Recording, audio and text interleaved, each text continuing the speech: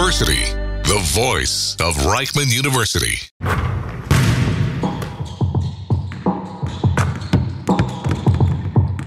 The Baseline.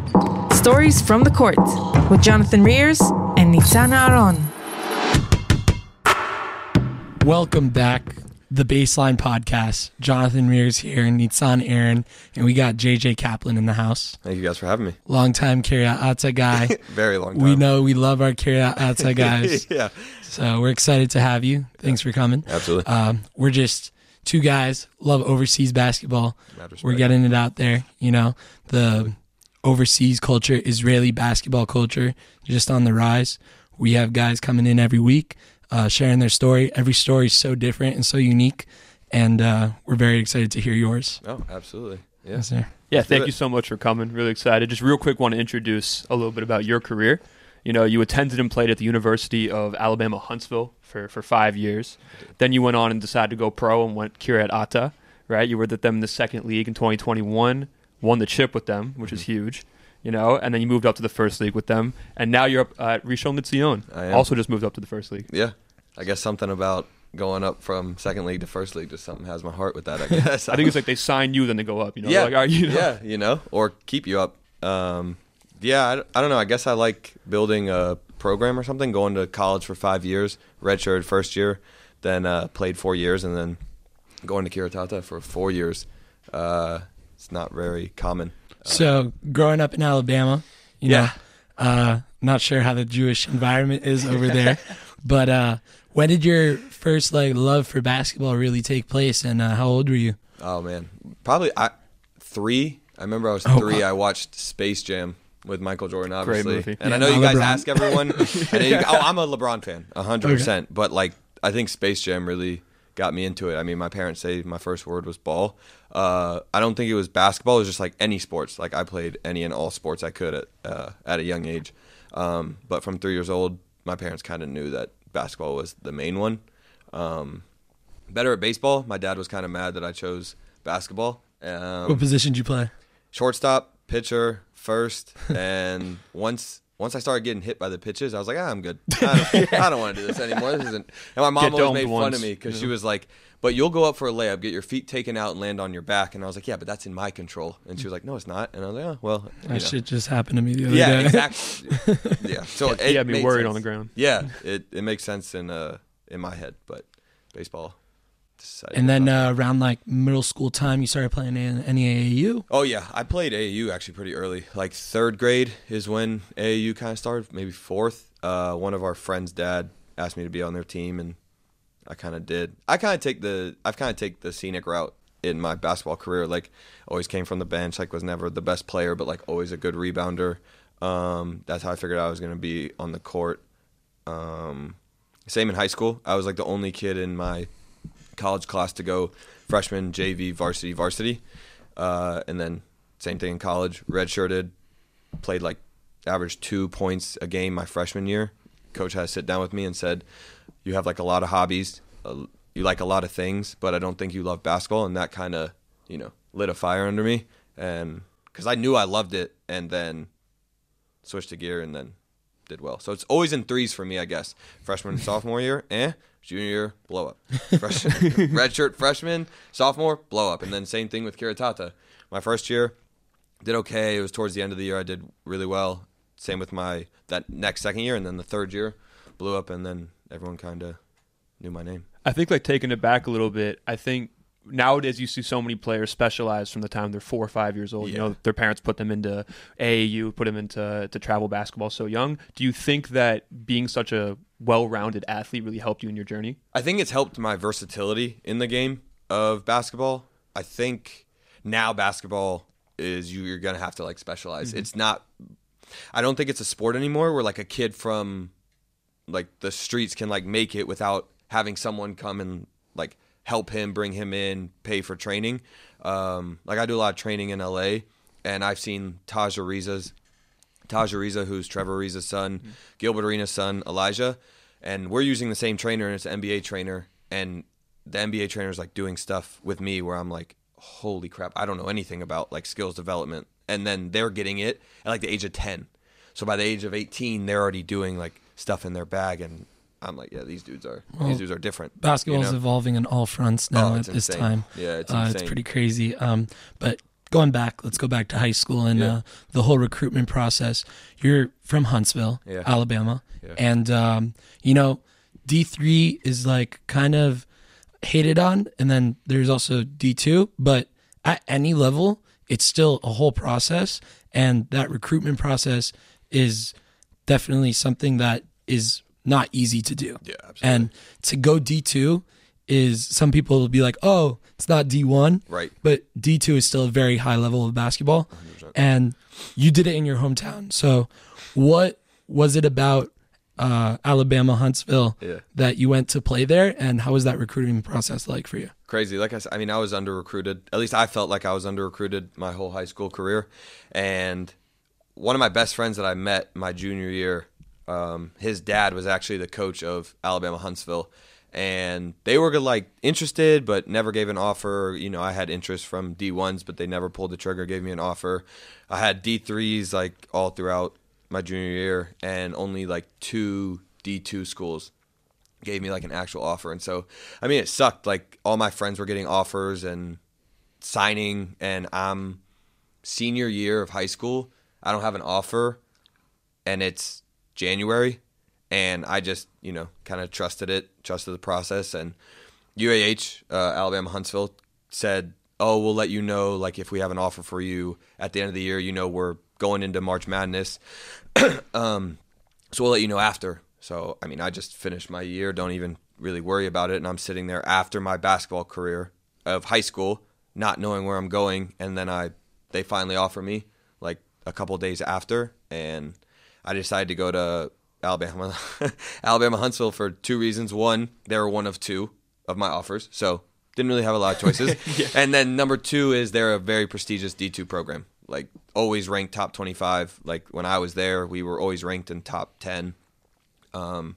And they also paid for my master's. And my mom is HR, so she was all for that. You're not giving that up. No, she wouldn't let me. But actually, she wanted me to leave Huntsville. Like, she wanted me to get out. Like, both my parents, when they, grew up, they left their hometowns. Mm-hmm. They lived in Australia, LA, Boston, Rhode Island, and I think probably others that I'm forgetting. Well, you go to Huntsville, and like you said, you redshirted that first year. Yeah. What happened? Was there an injury? No, they redshirt everyone that comes in. Like, our whole freshman class got redshirted. Oh, okay. Just because, like, a lot of D1 guys transfer from D2, so they want to make sure, like, the 18-year-old who's scrawny, like I was 185 going into college. From a basketball standpoint, mentally and physically, both, and just getting you on the court, getting you prepared. Yeah. How are you able to take that mentally for your freshman year? Oh, I knew. They tell you going in, which is why I guess they can kind of pitch it because they're all about the culture there.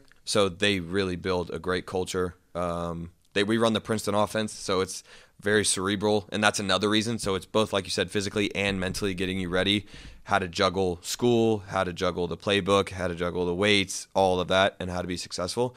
But all the guys there were amazing dudes that helped us along the way. Like, all the guys in my class will be like a best man at my wedding. Like, we're incredible. Still in a group chat, still do fantasy football like we talked about. Like, all the guys at UAH, we still keep in touch. So it's a very special place in my heart. Going from being under-recruited and then being told you're going to have to redshirt, that mentally had to take a little bit of a toll, in the sense of, you wanted to go play basketball so badly, and then you had to only have really one option or 2 options, and even then you weren't going to play. What kind of kept you going in that moment to say, you know what, I am going to take this offer, I'm going to keep going, even though there's this break of play, even though I feel like I'm not getting the respect I deserve? Sometimes I think I could use like a little bit more confidence because, like I said, I've just kind of been overlooked, and I just am better as an underdog. I don't like when people think I'm going to do great. It's just not how I've been like my whole life. But to answer your question, I was fine with it because I was just happy to be on a college basketball team and like be with a winning program and see what winning is like. And the coach who coached me is now he went to Lipscomb in the middle of my basketball career at UAH, and then now he's at Samford. So he's an unbelievable coach, probably the smartest coach like I've ever played for. But no, I was fine with it because I wasn't going through it alone. There were 4 other guys right by my side who redshirted, and they were just as good as me, and so it helped. If I went through it alone, I think it'd be really tough. But again, like, watching games from the sidelines is not what any kid wants to do. But I kind of bought into the process, and that's kind of UH's whole thing is trust the process, work while you wait, and your time will come. And that absolutely had to make that's all had to make your parents really happy to be able to focus on academics for that year. Yeah, as well. my dad was like, all right, when is he going to play? When is he going to play? They were a great balance. They were a great team. Dad was like sports, but knew school came first, and mom was school. It's funny. In high school, I had a really good game against our rival. I went to Grissom High School, and we played Huntsville High School, and I had 26 to beat Huntsville. Yeah, to beat Huntsville. And I remember we got Chick-fil-A Saturday morning, and the girl who was working the window was like, "Are you JJ?" And I was like, "Yeah." And my mom is with me, and she was like, "You had a great game, like way to beat Huntsville or whatever." And I we pulled off, and my mom was like, "It will never get better than that." And I was like, "What the heck?" Like, and so now it's like a running joke with us that like whenever I signed college and then I had like a 30-point game, I looked at her and I was like, "You'll never get better than this." And then I signed my first pro career, and I look at her and she's like, "Don't, I already know what you're gonna say." So yeah. Call her after winning the chip, and she's just like, never going to get better. Yeah, it's never going to get better than that. Yeah. So she's my biggest motivator, and she still to this day is like, "Well, when are you going to do internships? When are you going to do more internships? You know, like, basketball's not going to last forever." And I'm like, I'm 28, fifth-year pro. I think internships can wait. I think I'm good. But so you redshirt your first year. Second year, you average around like 10 minutes a game, I saw, and then it just kept on getting more and more, and then you're playing at a really high level your senior redshirt year. Yeah. And why don't you just kind of take us through that whole college process? What was it like for you mentally balancing academics? How does that first redshirt year help you towards that senior redshirt year where you took off and then got ready to go overseas? Yeah, academics was never really a problem. I think, honestly, I took academics a little too serious? Well, yeah, too serious in my freshman year, and I think that's why it showed like on the court. Like, I'm very proud to say this. I got a 4.0 in college. Got my master's, was 4.0 student. Like, I'm very proud of that. But basketball definitely took a hit. And then when my college coach, had that end of the year meeting with me, it kind of woke me up and was like, all right, I can balance it a little bit more. And we had, they recruited a freshman who was like one of the highest recruits we ever had coming into UAH at my position. And so that was kind of a wake-up call, like, okay, you guys don't see me fitting that spot, because my redshirt sophomore year, when I had the really good season, they like a lot of the seniors were leaving, so there was minutes to be had, like fighting over it, and I kind of worked my way into it. But going from redshirt sophomore year, redshirt junior year, redshirt senior year, every single summer I had a surgery. Like from basketball. Wow. So it's like, yeah, as like a kid, I'd say kid. I wouldn't have said I was a kid then, but like as a kid to juggle that early on in my career, I think really helped me. Like, we had a character coach who helped me through it, and he said, things don't happen to you, they happen for you.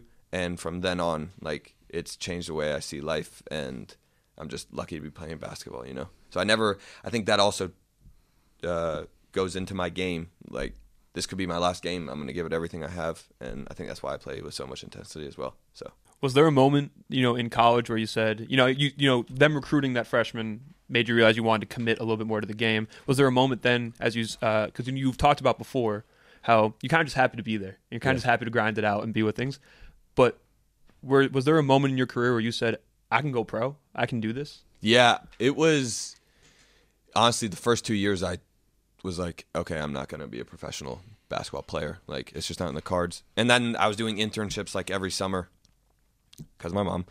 And that was the hardest thing to juggle, though. And I'll get back to your question. That was the hardest thing to juggle, was because that summer that I had the breakout year, I had a 9 to 5 internship. So I was waking up at 4:30 in the morning, getting my lifts in, going to the internship. Then afterwards, I had to get my skill work in. And then after the skill work, we had pickup. So my days were 4:30 to 7:30, 8, and all my friends were like having fun in the summer, and I was going to bed at 9, 10 to get ready to do it again. And from then I was like, okay, if I can do that, like I can do anything. It's all a mindset. But I don't remember your question. Oh, was there a moment where you said I can go pro? Professional? Yeah.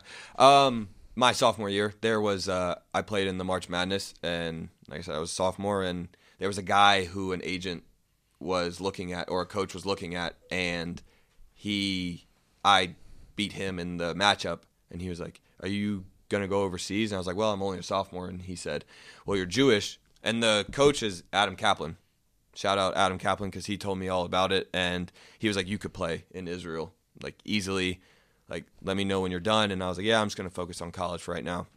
And then that kind of opened the door of Israeli basketball. So that's usually what we hear from the Jewish Americans that play out here. It's like, when did that coach, when did that agent find out that you're Jewish and you can go get that passport? So even before going to college, before hearing that, were you ever in Israel before that? No. And you guys talked about what it's like growing up as a Jewish kid in Alabama. There was one other Jewish kid in my high school, and he had the same last name as me because he was my brother. Other than that, no one else.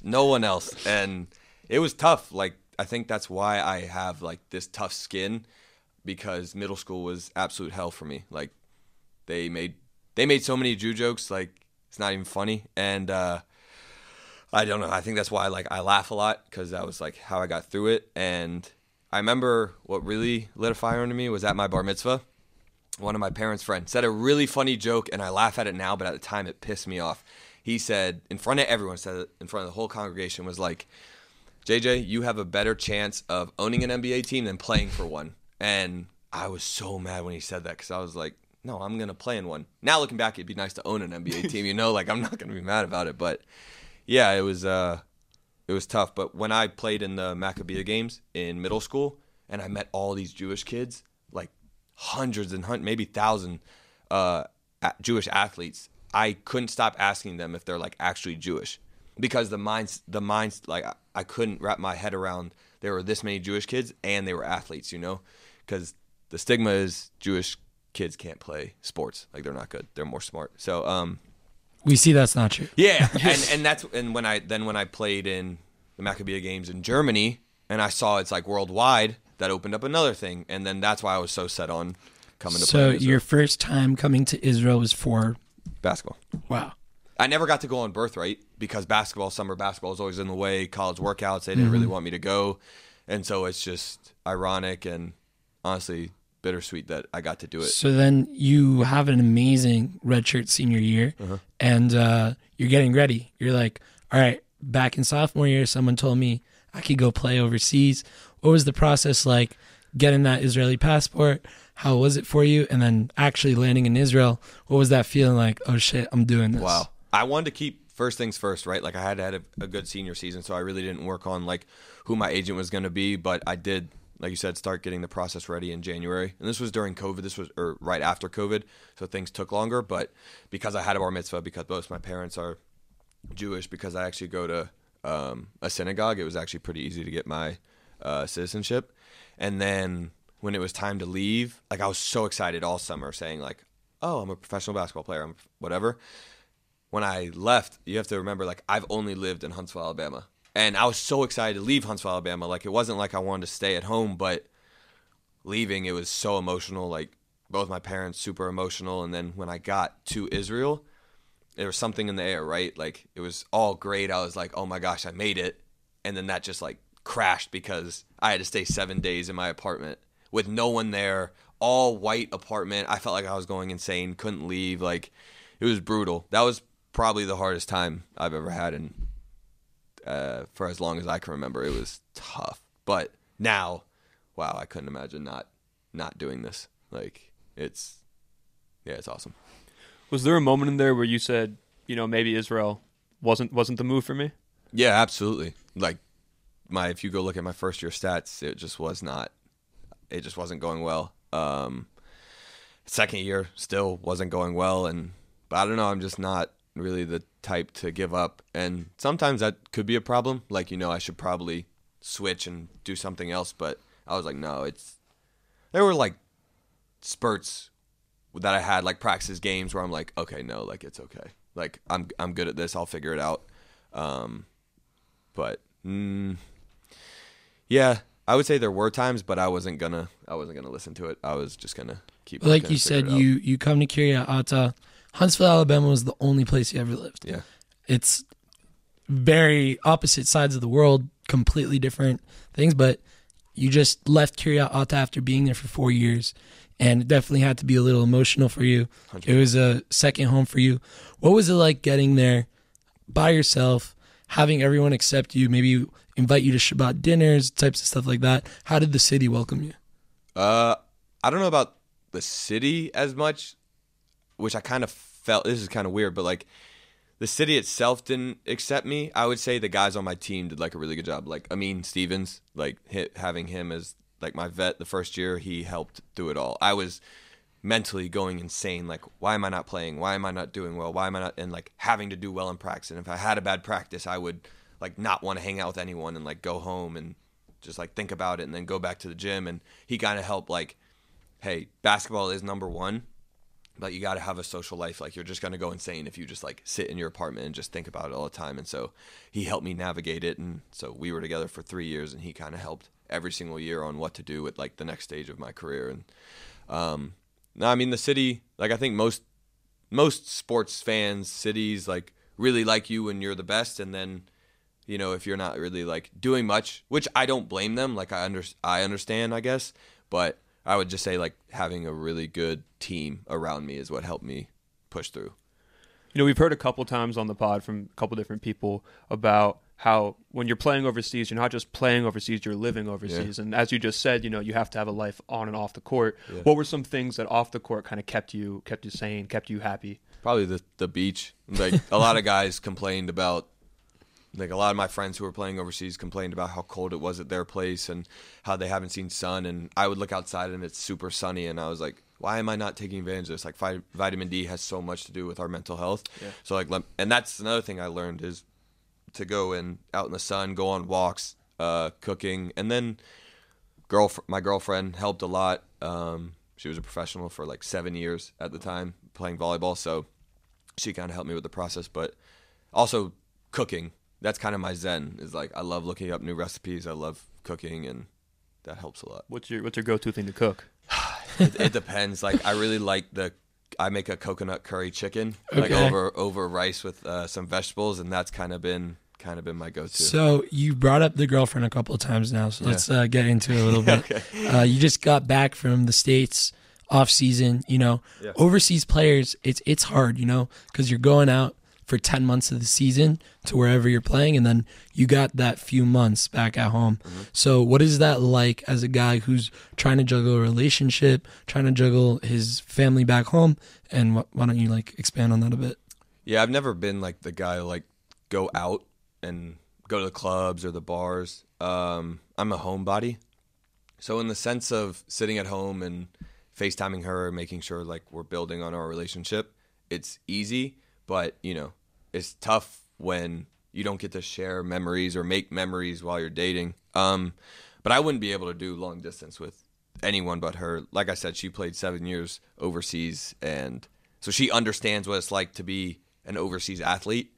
And we met in Kiryat, actually. She's from Atlanta, Georgia. I'm from Huntsville, so it's crazy that we met in Israel that far away at the time. In Kiryat. In Kiryat. Like, I don't know if a lot of people know what Kiryat is, especially like everyone back home, but it's a very small, very religious city, not a lot to do. And like even my first 4 days in Rishon, like I've already seen like way more, and you're in the center now. But it is nice because Kiryat is like a very family organization, and I think that's what I needed early in my career. But anyway, Kennedy, my girlfriend, she's helped a lot like with my career, and I kind of want to give back and move her out here, but the war's been kind of tough, and she's also has a job in LA. So, you know, you spoke on kind of the war and the situation, and also, you know, going to the beach, and there's, you know, the duality there of everything. Kind of, what can you speak on in terms of, you know, playing here during, you know, such a complicated and crazy time? And you said you had this family atmosphere, this family organization, your girlfriend with you. What can you speak on, yes, it's been a crazy time, but also this is where you want to play, you know, kind of.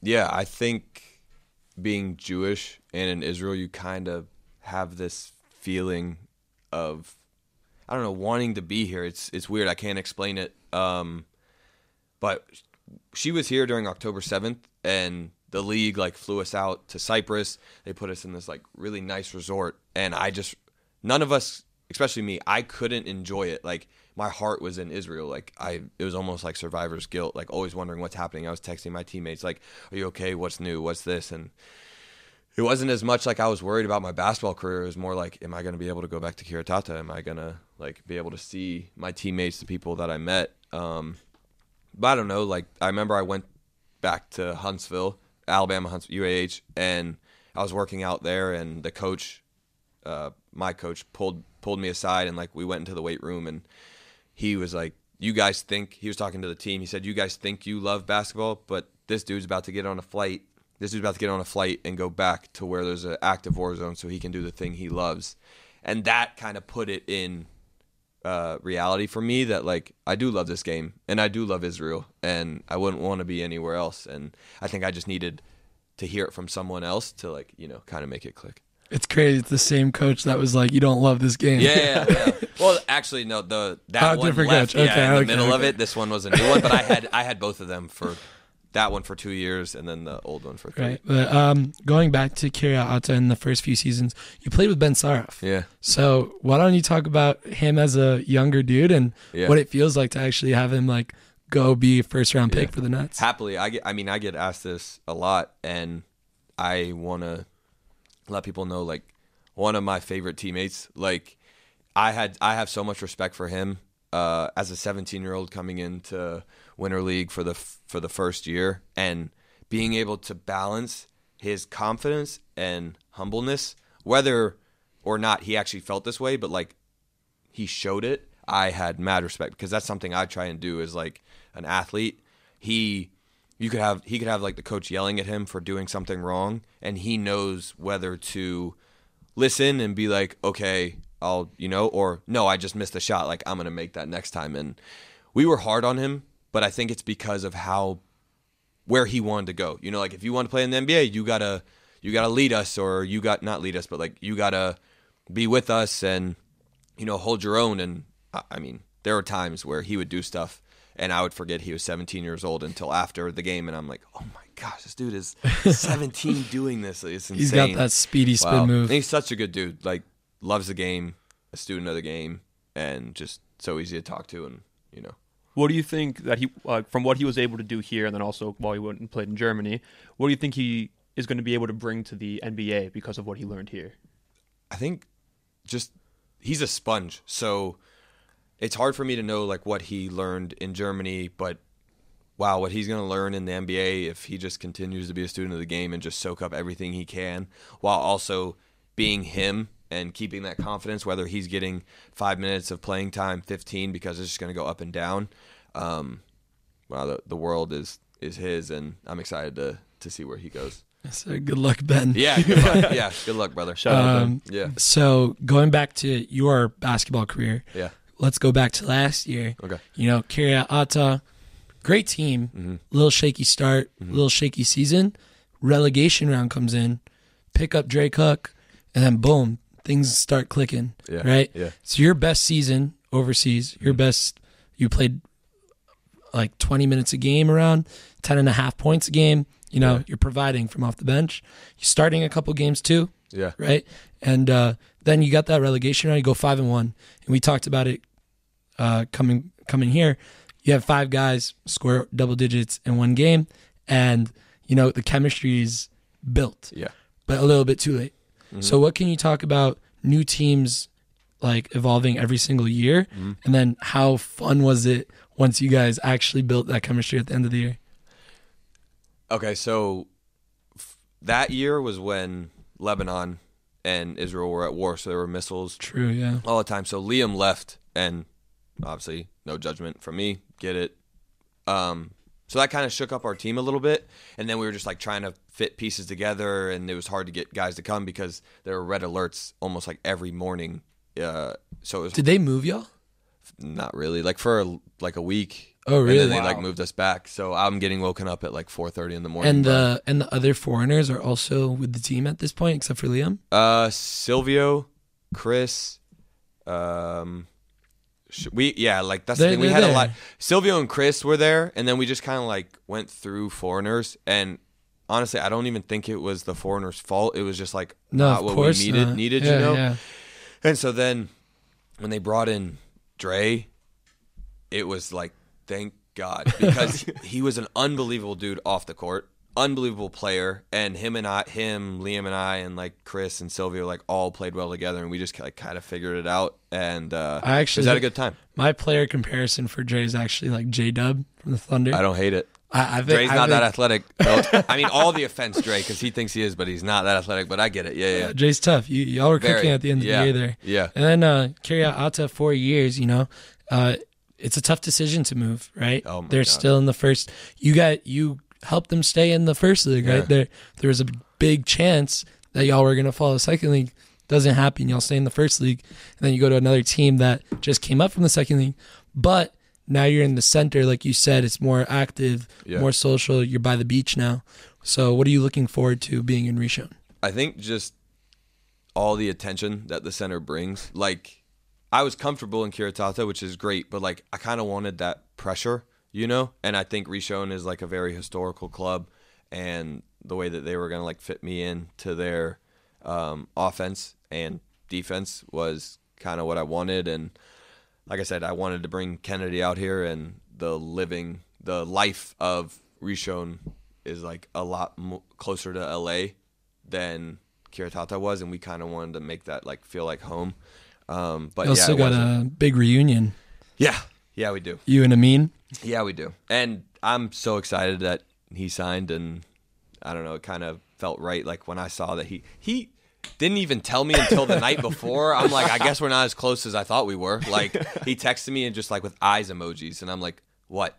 He said, reunited. And I'm like, what do you, like, that's how, I was like, what are you talking about? And then he FaceTimed me and we talked about it. And y'all both had probably like your best seasons last year. I mean, he was like basically Champions League MVP. Yeah. He was cooking in the Champions League. Played really well for him at Gun. Oh, he's a great player, great dude, great teammate. So I'm excited. I'm really excited. That's really exciting. Yeah. Where do you see yourself, like what role do you see yourself in coming into this new team, new season, coming off of a great year? You shot 40% from three, which is proud of that. Yeah, should be. Very much should be. Yeah. What next steps do you see yourself taking coming into this year with the new team? I think just evolving my game. Like, it's in college, I was actually a slasher. Didn't shoot threes at all, like 32, 33%. And then when I got overseas, kind of became only a three-point shooter. But it's crazy because I'm still a great driver, and I haven't been able to show people that. And so I'm kind of excited for this year. I had a great season, summer, to work on like athleticism, getting my strength and all that. And so I think just showing people that I can actually put the ball on the ground. I felt like I was standing in the corner a lot and just shooting threes for my basketball career. And so to expand that and show people that I'm actually a pretty good driver. And then kind of taking it back, you guys won the second league with Kiryat back in your first year. And then you have that first year in the first league. Didn't play so much, but you still got to see the basketball happening. Your front row seat to really good basketball. Now it's 3-4 years later, and Israel's league is probably the best it's ever been. Same. Freaking Damian Lee just signed in Ness Tziono. Are you kidding me? Crazy. It's not Maccabi. It's not a Paul. Yeah. Oh, yeah. It's not like the big teams. Yeah. It's Ness Tziono, and he's going there. There's Malik Halls and Kiryat Ata now. You got guys all over the league, and it's a really tough league. But also looking even at last season, what do you see that kind of changed from that first year that you played in first league, and how's the basketball looking now? How's it evolved? It's crazy because I thought, the league would take a hit with the war and everything. For real, but the thing about Israelis is they are strong, like mentally strong. They are resilient and persistent, and it translated to basketball because I was not expecting the league to be like this good, have this many names, and like even last year, like the standings were by one game to make the 10th place to get relegated. I mean, besides Haifa, but like besides Haifa, but like no, it's crazy. And I'm just like I said, my goal in basketball, everyone's like, do you want to go play in the NBA? And I said, that's not my goal. My goal is to play at the highest level I possibly can. And if the NBA ends up being an opportunity, great. And if it doesn't, and if I played at this high level, great, because like this is a very high level. I mean, EuroLeague, EuroCup, Champions League, these leagues are on the rise. Yeah. Right? There's a reason why NBA wants to make NBA Europe. Yep. Because they see what's happening here. Wow. Yeah. Europeans are coming. Yeah. They are. Hot take. Yeah. Israel might have the best league outside the NBA right now. That's a super hot take, and I don't think I can agree with I that. mean, just I yet. know Spain and Greece, and there are crazy Spain's clubs. Gotta be, but man, like with these signings I mean, recently, Israel's names, getting there. I get it really is. Yeah, for sure. I think honestly, if the war stops and like there's if it stops some peace, completely, some peace. Like I don't think there'll be peace in the Middle East for a while, but like if it can, just for a little bit, for things to calm down. Yeah, Israel's just gotta, for one basketball season. Just give it to us. Just give us like, 1 year. Yeah, exactly. 1 year. Yeah, and I think your hot take wouldn't be so hot, but right now I can't agree with you. No. Oh, for sure. Yeah. Derek Fisher said that he thinks that so many more young players are going to start looking at Europe and Israel and other countries and other leagues instead of going to college. Why do you think a young player would pick Israel? Was this before NIL? Maybe a month ago. Wow. Yeah, You saw like Brandon Boston EuroLeague, Thomas Bryant's looking at the EuroLeague. You got Rishwan Holmes who just signed in the NBA EuroLeague. players, not. Oh, I thought you said college. He was talking about how young NBA players, instead of signing minimum, Gotcha. also college players, also I see high what school you're saying. players, instead of Yeah, going. More like guys coming out of college Oh, okay, instead I see of what going to the G League coming in here. I mean,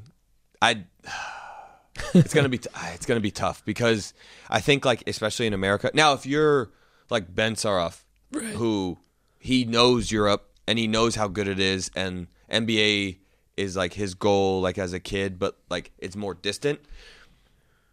I think kids who grow up in the U.S., it's gonna be so tough for them who like have a choice to pick NBA or go overseas to turn down an NBA. Like if you're borderline G League, like okay, fine, but if you get an NBA contract, I don't see how. I don't really think it's looking like that. I mean, I would say guys who are Who are on the younger in fringe. the NBA rather than being 15th man or and going to the 12th G man. League. Gotcha. Yeah, then absolutely They're coming over here. 100%, especially once they realize. And it's funny because it's just like you said, it's flip flopping. A Yeah. lot of Europeans are going there, Yeah. and then a lot of Yep. Americans are coming over here. I was fascinated with NIL though because I didn't realize the effect it would have on overseas basketball and the youth going over to America. Like I just thought, okay, it's gonna maybe like burn out a lot of kids because like now they're professionals. Like if a kid's not producing his freshman year, they're like, okay, we'll teach him whatever. But if he's making $1 million, it's like maybe we should go somewhere else in that pressure. Guys are switching every year now in college. Yeah, and like exactly. You have a whole handful just from Israel going out there. I mean, you got Purdue, you got Colorado Boulder, a guy just signed. You got LSU. Yeah, LSU. and that transfer portal is wicked. It's like a lot of insane. kids. It's wild. That's why I try and tell them is just like, you might have to like build your way up. You might have to start D2. I know a lot of D2 guys who got like one of my teammates. His name's Chaney Johnson. He was at UAH with me. Auburn. He had like a great year. Auburn offered him. He went to Auburn afterwards. Like it was different. I had D1. Like after my sophomore year, I had D1 interest, but there was no NIL. So I was like, I don't want to go why D1. would You you guys do that? didn't want me when I was in high school. Not playing as much. Yeah, UAH is my home. But now, I don't know if I would have said that if they're offering money. Yeah. They offer you a mill. I Yeah, think Go get a bag. I mean, I wasn't going to get a mill, but yeah, if they were offering a mill, love UH. I hope you understand. I'll give some of you guys for like boosters, but I mean, some of these guys are just getting a few $100,000 to be the 8th man on the team. yeah, I'm happy for it. Like I'm not one of the old heads who's like hating on it because I think it's great. I think it makes NCAA competitive. It makes like some of these guys who wouldn't even make $150,000 in the G League, who's now making $1 million for a year. Now they get an opportunity to have like one more year like It's that. definitely going to be hard mentally, but just like you said, it's hard for the old heads also to kind of look back. Even your old teammate Silvio, yeah. he got fucked his by the NCAA. his is definitely different than my situation. That's a great. I mean, I'm sure he's such a great guy that he's like, yeah, I'm so happy that they're getting the money, you know. But like his mentality with what happened there, I mean, Kansas made $190 million off of Adidas that year. Yeah. You know, that's and what I'm not saying. one player was able to take any money home. 100%. I agree. So like now that these guys are finally being able to take some money to themselves, it's great to see. And like all these brands are also paying them and they're getting the ads and endorsements, all these things. So it's definitely very cool. It definitely will take a toll on them mentally. Yeah, 100%. Getting $1 million maybe in college and then going to play in the G League for scraps. Yeah. It's hard to do that. Well, I also say that about and we're going to have to get back to Silvio because there's something really funny. But I do say something about the guys who play like at a very high major, like Power 5, and then going overseas their first year. It is culture shock. Like coming from D3, D2, you don't have the facilities, you don't have people looking out for you, you don't have people holding your hand. So you're like, all right, like it's just culturally differently. But dudes who had chefs cooking for them and now they got to go and, make sure they get in the gym only when the gym's available from like 9 to 10, where they used to just have keys to the gym. But Silvio, I don't know if we're going to share the picture, but after the podcast, I'm going to have to show you Silvio as a freshman and me as a freshman. And we'll decide if we want to let the viewers see it. But oh my God, when everyone says everyone's born equal, it just depends on how hard you work. Yeah, right. I'll show you this picture and you guys, that saying will never come back. That's not a fair comparison for anyone. Dude, Silvio's a monster. Monster. So it's funny you say that also about the coming from a high major overseas. We had John D on the podcast. He said the exact same thing, right? He came from D3. Now he's playing for a powerhouse in the EuroLeague. Yeah. Right? Yeah. So you're going from hundreds of fans to thousands of fans. Yeah. But if you're a high D1 kid, D1 major, and you're coming out here and then you see 200 fans in the crowd, yeah, it's a little diminishing. It's hard to bring the juice, in those games. Yeah. But it's like an open run, kind of. Yeah. Yeah. 100%. And like even if you think about the bubble, there was no fans, and that was the best basketball we've seen. Yeah, I miss it every day. Yeah, I talked with some guys who play in the bubble. We do like training out in LA, so there's like a lot of the NBA guys there, and the young guys liked the bubble a lot. Older guys, like obviously like the LeBron James stuff, like didn't love it as much because like fans, family, all that. But the dudes who don't have a family, they're just like chilling, So yeah. Tyler Cook came on the pod, and he was talking about how the bubble was fun for the first 30-ish days. Yeah, if you make it far, it's like, and then after about a month in, they all got a little bit for sure, 100%. Right. As we're wrapping up, you're in your 5th year overseas now this year. What's some advice you would give for a younger guy coming out of college playing overseas? Just be patient. I would say work while you wait is like one of my favorite sayings that my coach told me is. Just because it's not your time yet doesn't mean you just sit around and wait for it. Like, you do something while you're waiting for it. Like, I know with my career, like I said, I took the scenic route. I obviously felt like I should be playing, but you never know what's going to happen. There was an opportunity for me to leave Kiritata my 3rd year, so not last year, the year before, and I was, like, right on the edge, and I decided not to. Like, I just had a feeling that my time was going to come. And it did, and I'm glad that like I was working while I was waiting, because if I didn't, then I wouldn't be able to, have the playoffs I had and really like blow my career up, So, yeah, work while you wait. You never know. Amazing. Yeah. And at the end of each podcast, we do a little shot clock segment. Right, so we're gonna go 24 seconds, rapid fire. 1-word answers. You got the shot clock up there. Right here. Okay. You could say pass. Okay. Some guys are like, you could say pass. You want to go first? Yeah. You ready? All right. Ready? 3, 2, 1. Favorite shoe sneaker? Kobe's 8. Favorite basketball movie? Space Jam Glory Road. Funniest teammate you've had? Oh, Dre. Favorite place to play? Maccabi Tel Aviv. Favorite basketball team? Milwaukee Bucks because of Giannis. Favorite basketball team you played for? Pass. Player you modeled your game after? Pass. Favorite food? Pizza. Sushi. Why did I say that? Sushi. It's the pressure. Oh my gosh. Good shit, Sushi. man. All right, man. Well, we appreciate you coming in. This was awesome. It was super fun. Absolutely. Appreciate you guys. And thank you so much. Thank you guys for doing this. Really brings a light to all the guys like myself. A lot of guys playing overseas, giving us a voice. And you guys are doing a great job. Thank you. Yeah.